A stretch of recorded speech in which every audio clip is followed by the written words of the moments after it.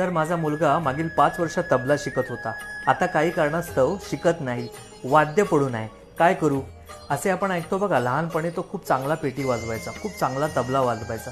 पण नंतर काय झालं, तो कंटाळा करायला लागला आणि मग काय बंदच झालं. याचे प्रमुख कारण म्हणजे आवड संपुष्टात आली की वाद्याचे काय करू हा प्रश्न पडतो आणि वाद्य वेळीच मार्गी लावले जाते.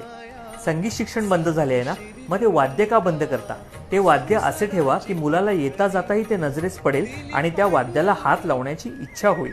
वाद्य उंचावर ठेवणं, बंद करून ठेवणं, जेणेकरून ते काढायला कंटाळा, ते वाजवायला कंटाळा. आपले नियम थोडे शिथिल करा, बस एवढंच. कोणास ठाऊक त्याला परत एकदा आवड निर्माण होईल.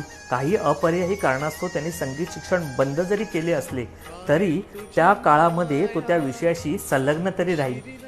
वाद्य पडून तरी काय करणार हो, तो वाजवतच नाही ना, इतर कोण वाजवेल तेही नाही.